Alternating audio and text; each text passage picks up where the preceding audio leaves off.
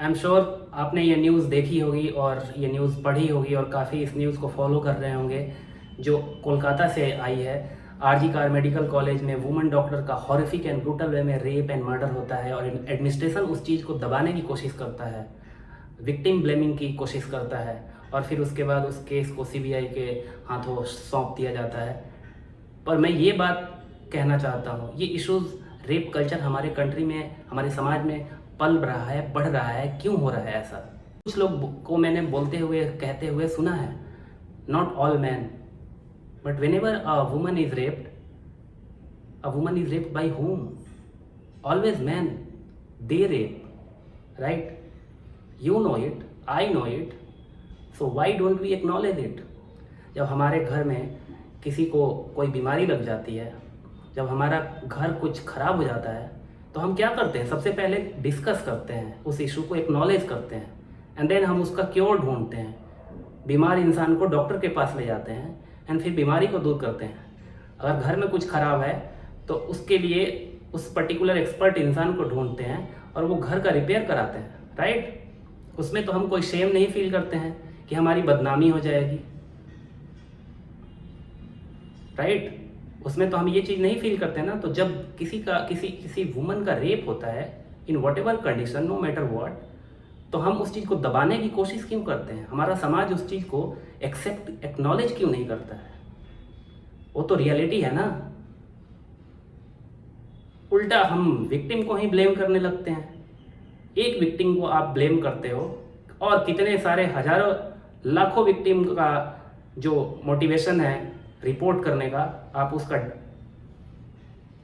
सब खत्म कर देते हो।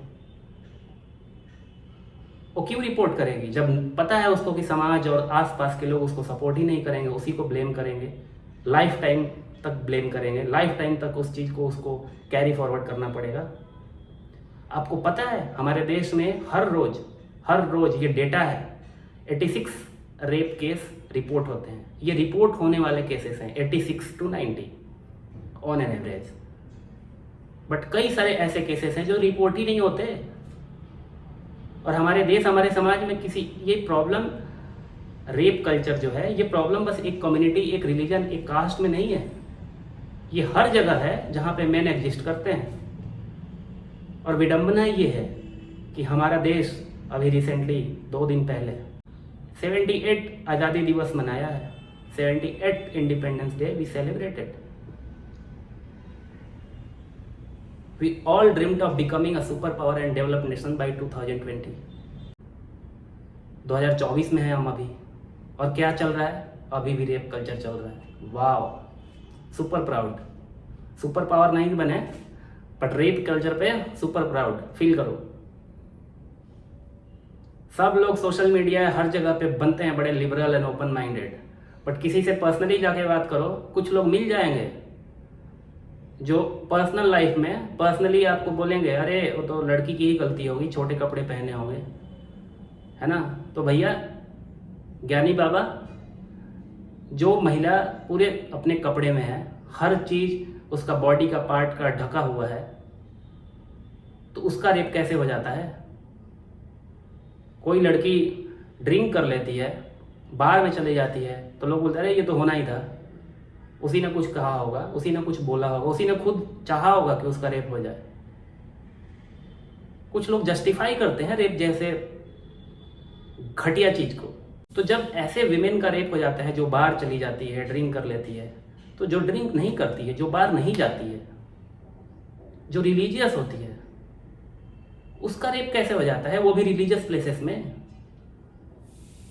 How would you justify that? एक छोटी बच्ची का रेप कैसे हो जाता है, 2 साल का, 3 साल की बच्ची का? उसमें तो वो तो नहीं बोल सकती है ना, उसको तो आइडिया भी नहीं है ये सब चीजों का। And who all do that? Men, always men. And then we say that not all men. Yeah, I know that not all men, but why always men do it? Why always men rape women? That's reality, right? They do it. That's why it comes like that in the news.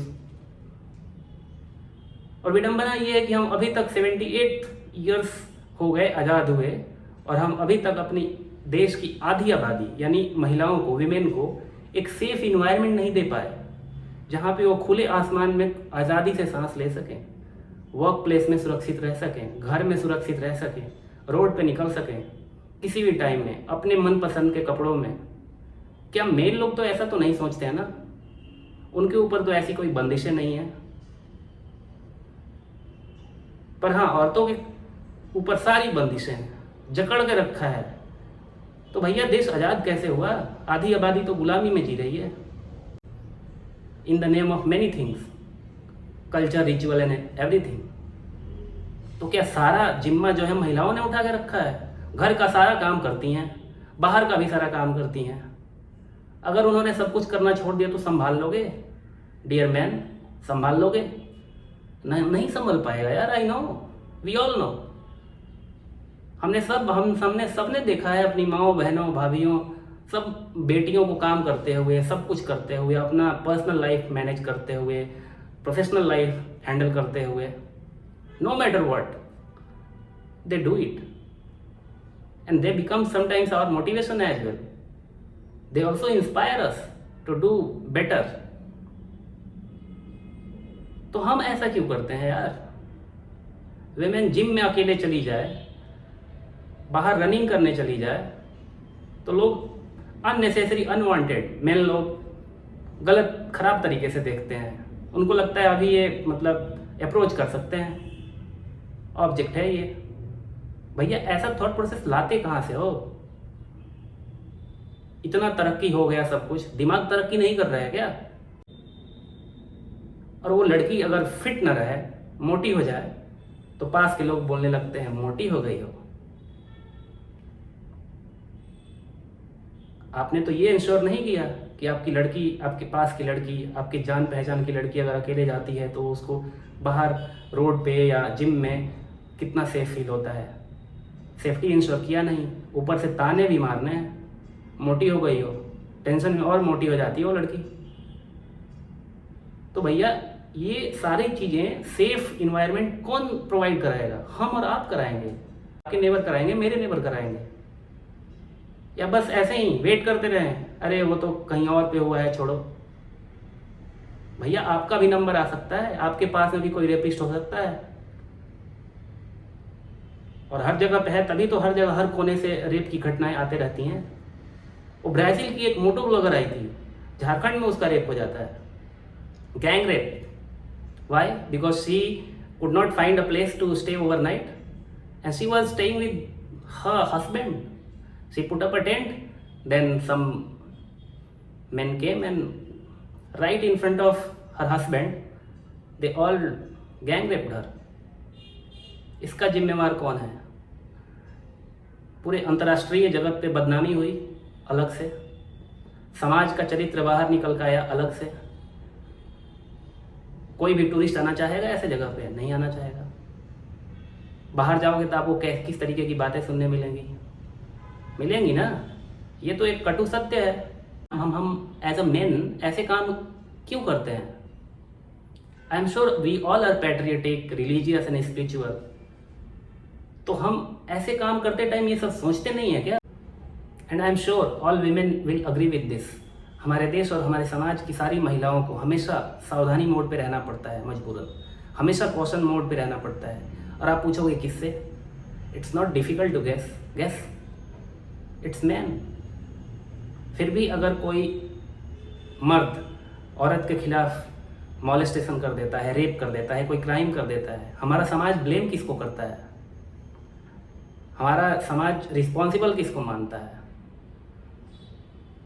Rapist को मानने के बजाय हम victim blaming करते हैं, हम women को blame करते हैं, एंड ऐसे हम विमेन हेटर बनते जा रहे हैं। हमारा समाज विमेन हेटर ब्रीड कर रहा है, एंटाई विमेन बनाते जा रहा है। हमारे समाज में तो ऐसा नहीं है। माँ दुर्गा है जिनका हम पूजा करते हैं, रेस्पेक्ट करते हैं, भारत माता है, माँओं को तो हमने बहुत सम्मान दिया।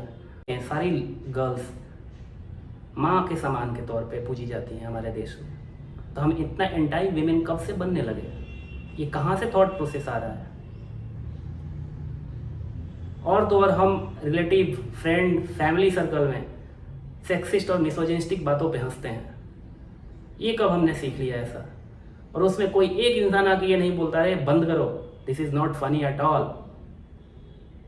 और ये किसकी रिस्पॉन्सिबिलिटी बनती है, हमारी और आपकी, कि इस तरह के एक्टिविटीज़ में इन्वॉल्व ना होकर के उसको बोला जाए। अपने वॉइस को उठाइए। अगर आप वुमन हैं, अगर आप मेन हैं, प्लीज़ अपने जहाँ पे भी हैं, जो भी इशू आपको दिख रहा है, जो गलत है, वहाँ पे अपनी सही आवाज़ को उठाइए। तभी ये हमारा समाज, हमारा thought process as a society तरक्की करेगा और हम एक विकसित देश बन पाएंगे। अगर आप ये सब जानने के बाद भी अपनी आवाज़ नहीं उठाते हो, रेप को फिर भी जस्टिफाई करते हो, क्राइम अगेंस्ट वीमेन को फिर भी जस्टिफाई करते हो, तो आप भी इस समाज के इस दरिंदगी वाले प्रॉब्लम का पार्ट हो, आप उसको रिप्रेजेंट कर रहे हो। Basically you are representing all those rapist और potential rapist. So please do not do it. Wake up, because अभी किसी और लड़की के साथ हो रहा है, किसी और की माँ और किसी और की बहन बेटी के साथ हो रहा है, कल आपके घर तक आग पहुंच सकती है। तब आप क्या करोगे? तब आपको रियलाइजेशन होगा, तब तक बहुत लेट हो जाएगी। तो प्लीज़ जागिए, गलत के खिलाफ उठ खड़ा होइए, अपने आसपास में जो गलत हो रहा है उसके खिलाफ उठ खड़ा होइए। ये सारा चीज़ अकेले एक गवर्नमेंट, पुलिस या जो भी लॉ इन्फोर्समेंट है, कोर्ट अकेले नहीं कर सकती है। ये हमारी सारी जिम्मेवारी है। हम सब मिलके गलत को गलत और सही को सही कहना सीख जाएंगे। उस दिन से हम अपने लोकतांत्रिक देश में एक भयमुक्त माहौल को हटा करके आधी आबादी को एक सेफ इन्वायरमेंट प्रदान कर सकेंगे और हम अंदर से भी खुश रहेंगे। Internally we will be happy as a country, as a society. Also international level पे भी लोग इस चीज़ को एक्नॉलेज करें कि no, this country is really doing well in terms of women's safety. Thank you so much.